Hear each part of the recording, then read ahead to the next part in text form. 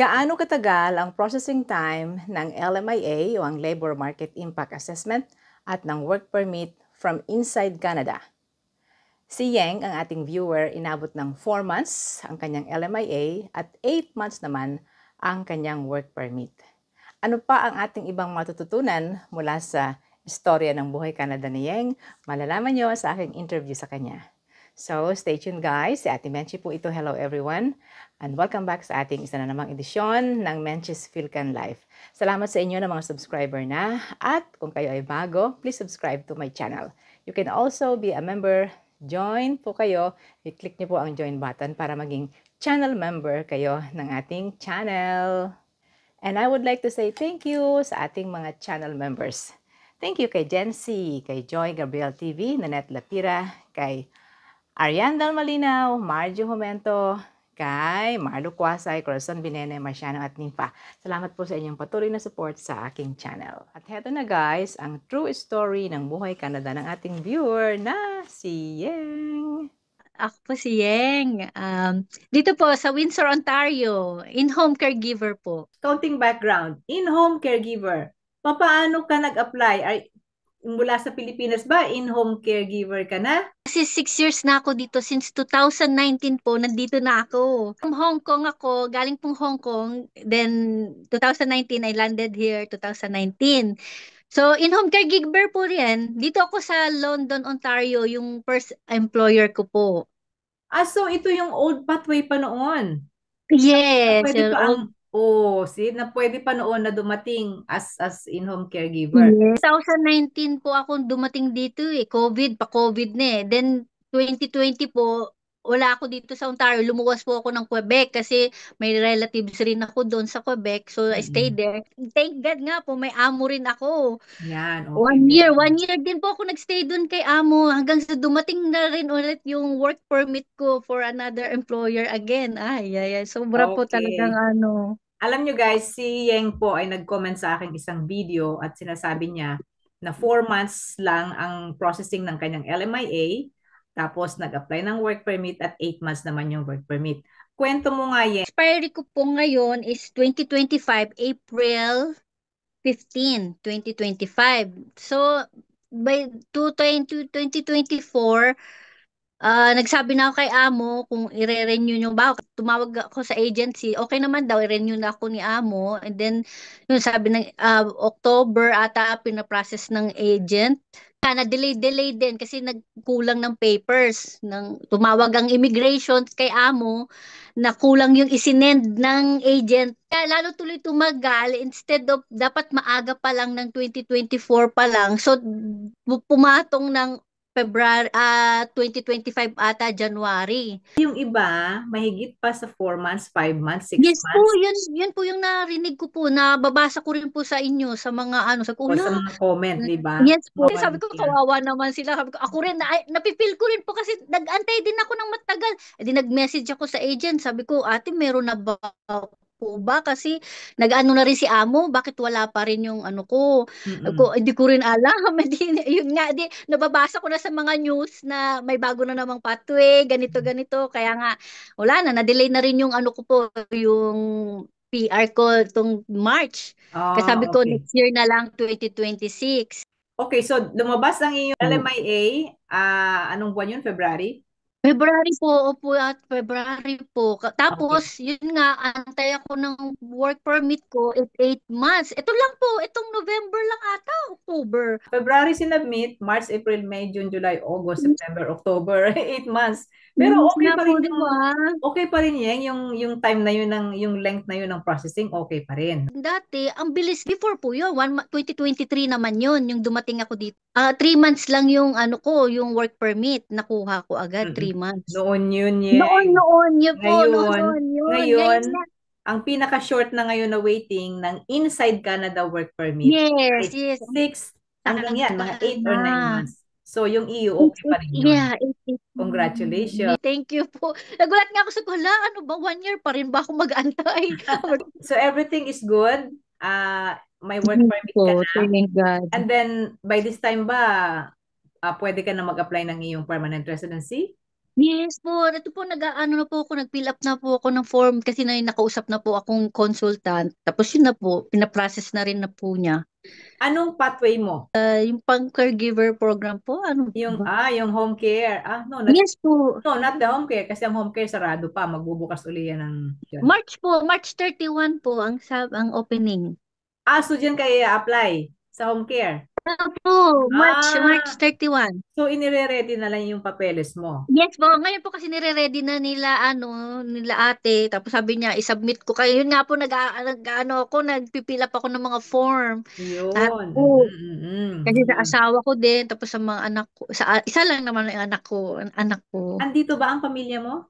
Wala po, Nasa, 15 years nasa old. Nasa Philippines. Pinas po, Ayan. 15 years So, old. ang kagandahan ng home care ay PR talaga yon. So, kasama mo na rin i-apply yung papeles ng iyong asawa at anak. Asawa at anak. Common law partner ko pa naman po siya po. Kasi since then, di po kami kinasal din eh.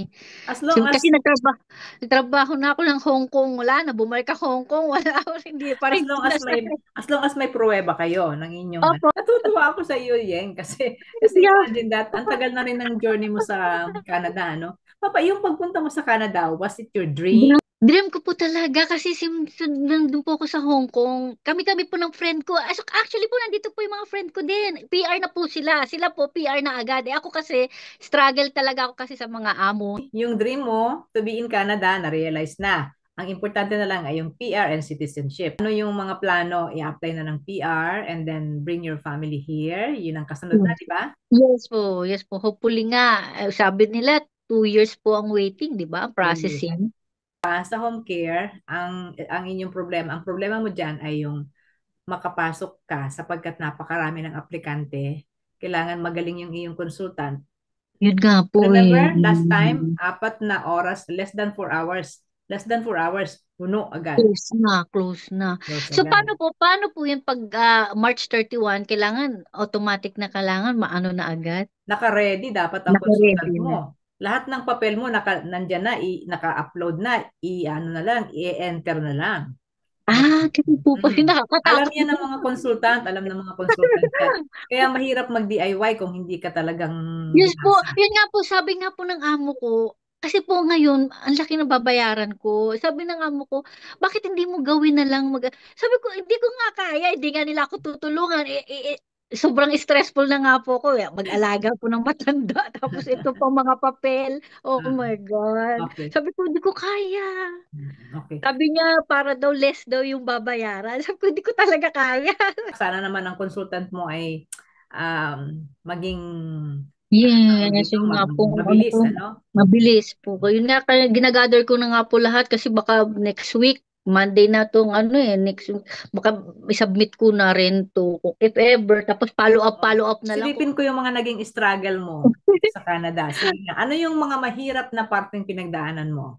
Yung alaga ko, yung talagang sobrang, ano po talaga siya, Ano, sobrang, masungit?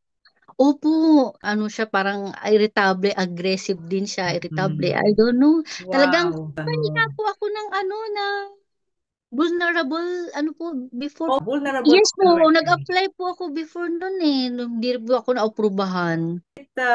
Hindi ka nagtagal din sa Quebec? Bakit bumalik ka uli sa Ontario? Sabi ng agent, hindi nga daw makakapag-process ng doon sa Quebec.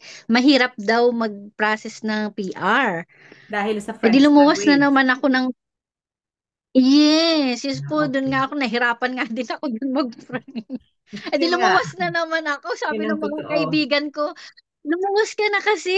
Sabi niya, ba't pinatagal mo pa? Ang bait Italian po kasi family doon. So, sobrang bait din po nila sa akin. So, tinapos ko lang yung 1 year and a half.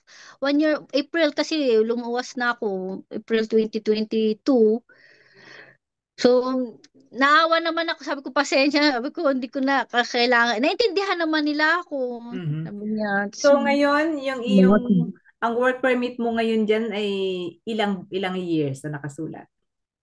ngayon po, 1 year na lang. Ay, Before, 1 year two na years nga po lang ako. ngayon. Yes, ang expired po niyan is October 2026. Po ng ng consultant ko, i-apply niya ako ng open work permit. Once na nakapag-apply ka na ng PR mo, hindi ka aalis. Hanggat hindi Yun nga lumalabas. po, sabi ko Siyempre, nga, paglabas ng result, hinihintay natin ay approve, di ba? So, hindi ka na aalis. On approve, maintenance ka. yes po.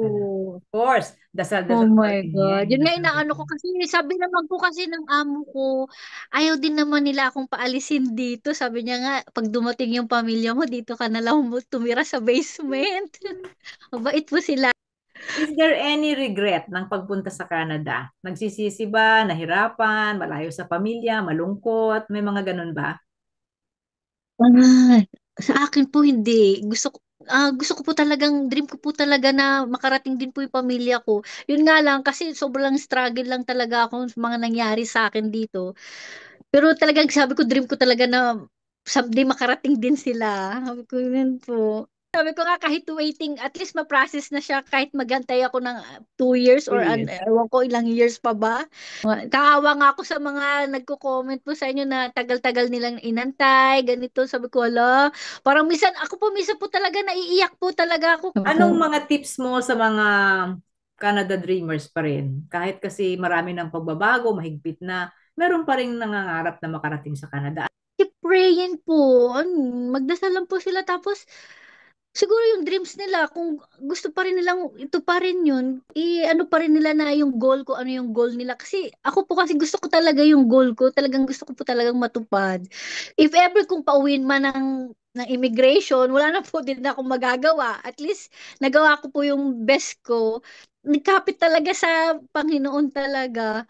Kaya talagang nagdadasal ako, sabi ko, Lord, kung hindi na talaga para sa akin to, tatanggapin ko na. Okay, sabi ko, uwi na lang ng Pinas. Wala na tayong magagawa. Nagawa ko na Hindi ka lahat. pa uuwi. Kalalabas ka ng work permit mo. Good luck kay Yeng at hangad ko pa ang patuloy niyang tagumpay and eventually kasama ang kanyang pamilya dito sa Canada. At sana po ay meron kayong natutunan na ilang mga importanteng points mula sa ating interview with Yeng. Kung nagustuhan niyo ang ating episode guys ngayon, please subscribe to my channel. At salamat sa inyo ng mga dati ng subscriber. You can also join and be a member of this channel.